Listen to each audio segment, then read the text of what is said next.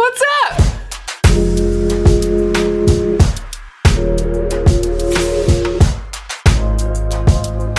So when I came out in like 2014, I quickly moved out to Seattle, and I found myself in a support group. This support group was wonderful for me. It gave me a bunch of stuff that I otherwise wouldn't have in the city, like, you know, what rights a trans person has in the city of Seattle, how to change my birth date, birth name, how to change all the little things that I need to do, social security number, card. Why can't I get my words right today? All right, so a part of that group, what it did for me is it gave me perspective of people who were dealing with transition in their own way. And one of those people was a friend of mine who actually detransitioned. And so I want to kind of dispel some myths about that and just talk about, you know, some of my own experiences regarding like detransition and regret. Big word there. Let's do it. All right, so let's get this one out of the way really quickly. A study was done from the UK Gender Identity Clinic, and they studied 3,000, almost 3,400 patients, and only 16 actually talked about regret or detransitioning.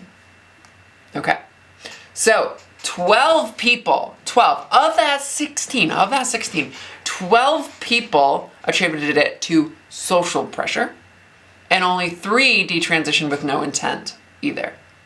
So, my friend falls into that 3, but it doesn't say anything about regret in that statistic there. So, of course, this is less than 1%, right? Less than 1%, literally one, as it says right here, 1 in 1,000 people seeking treatment to aid in transition. So 99.992 are happy. 0.92, not even 99%. They're happy after their transition. People are much happier and feel some sort of relief after their transition, right? It's incredible. But that less than 1%, right? I mean, if they detransition with no intention of transitioning again, are they trans in the first place? I mean, think about it. Most people are, are detransitioning due to societal pressure, as it says right here, or even safety reasons, right? Some people are nervous about the world around them. We can see this all over online. People are nervous about their parents, abusing them or harassing them, or in my case, kicking them out of the house, right? So 3 people of the 3,400 detransitioned with no intention of transitioning again. Now, like my friend here, he has always cross-dressed. He's always cross-dressed in his life. And when he learned about trans identity, he said, cross-dress, trans things, let's go to a support group and see if this is right. And at that time, all signs pointed to yes. And then what happened was that he started on hormones. And within the first month and a half, he realized that that wasn't for him. And he stopped.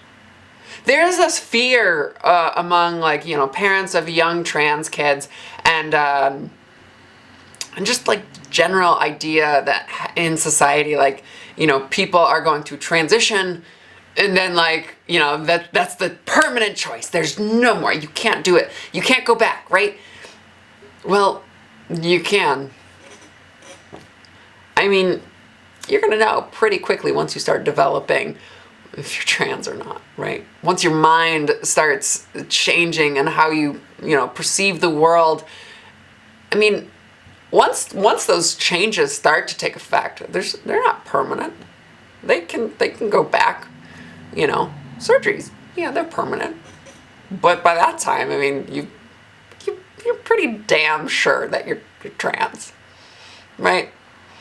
I mean, that's 3, 4, sometimes longer years into your transition, and you're like moving through it, right? You've already made these choices. I remember when I had my orchi done, like, I was really nervous, and I had a friend kind of talk me through it, and she was like, like, I was really nervous because I was just on hormones at that time, and I said, like, I'm really nervous about this orchi. It's permanent. Like, there's no turning back. Like, this is a permanent, like, thing that I'm going to do for my body. And she said something so great, and it just made me realize something. And she said, Claire, everything that you've done up until this point is permanent. And, like, that goes against, what I was just saying about it not being permanent, but I had no intention of stopping. So, in a way, yeah, she was right. Everything I've done up until that point was permanent. I had no intention of stopping. So, an orchi, yeah, it was permanent. It was permanent. There was no turning back, but without any intention of turning back anyway. What's the difference? My friend here, right? My friend who detransitioned saw that the changes that he was going through were not for him. So he stopped. And that was it. He stopped. He still cross-dresses, he's a very feminine dude. He found a relationship with somebody who's a little bit more on the masculine side of things as well, so it works out. It works out for him perfectly. Now, let's talk about me for a second here. Because, yeah, I'm really happy with my transition. But what I'm not happy with is how society treats us. That 12 attributing, their detransition to societal pressure. Yeah, I felt those feelings before, and I'm sure some of you have as well. But that's what makes me, a feminist, I guess, right? See, I want this to change. Those 12 people who can't transition because of some societal pressure, right? They don't deserve that. They deserve to be themselves without any societal pressure pushing them away from being happy. And that's why I'm here on this vlog, right? That's why I talk about the things that I do, because it's important for me, it's important for you to be vocal about how transition affects you and how people affect us. How can others be better for us? And of course, this extends to a large swath of minority groups as well. Black Lives Matter, right? We don't choose to be trans. We are trans. And unfortunately, society sees this as a choice for us. Therefore, they think they have the right to choose what is best for us. Did you know the UK has a 38-month waiting list for hormones? That is systematic. That is systematic homophobia. Because the UK thinks that trans people are making a choice to transition. No, we are trans. We just have to come out to ourselves and then come out to all these other people because the societal pressures around us force us to actually do that. If nobody cared, right? If nobody cared if we were trans, then transition would just be an evolution, as it is for people who play sports, right? Well, I'm just like, I'm gonna try golf now, right? Detransition is tough. As Jimmy Jennifer says it perfectly, you don't save one person to let the 99 suffer. That would be insane. So that's it. Jimmy's got it. Jimmy's got it. We can now say that cis people or people who are trying to make the choice for us are insane. I love it. I love it. Let's just call them insane. Let's just call it as it is. So that there is the studio, and right there are a bunch of abandoned homes that have a whole lot of problems associated with them. And I'll tell you right now, everybody who's in that studio is so happy to see those homes finally being demolished. Oh goodness. All right, so there's the segue. There's the segue out of the detransition video. I'm just curious. I just wanted to, kind of give you some updates on my life and what's going on. Well, does anybody work at Polygon, or anybody know who works anybody at Polygon? I could use your help. Can you send me an email? You can find it on the about page of the channel.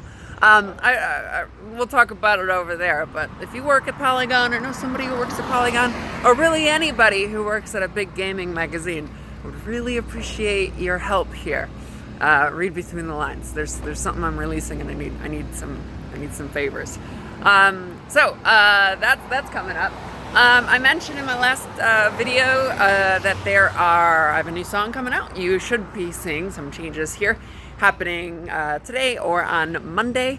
Some of my banners are going to switch as well. The song is called Solace. Yay! So Solace, as I mentioned a while back, is all about a time in my life when things were not going very well. And it's about working hard and getting through all the hard times. And so that song is near and dear to my heart. I'm really excited for that one to come out. And you can find it on all things streaming. So if you don't follow me on Spotify or iTunes or all the other places, find my name, Claire Michelle. There's two of us. I'm the one that's not crazy sometimes. In personal matters, I found a little book in that little free library there, and I've been trying to read more.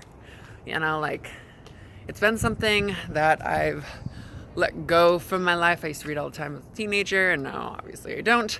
So I've been trying to read more and try to get these things up, and I'm learning something as well.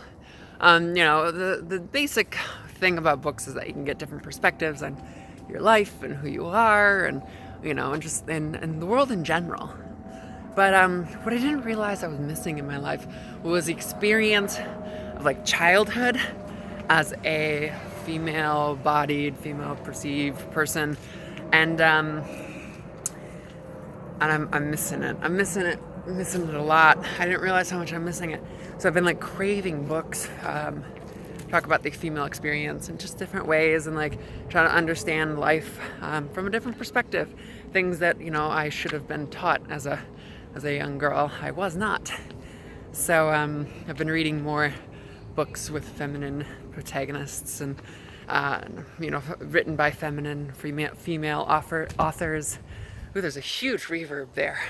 I'm learning a ton. And finally, last thing today.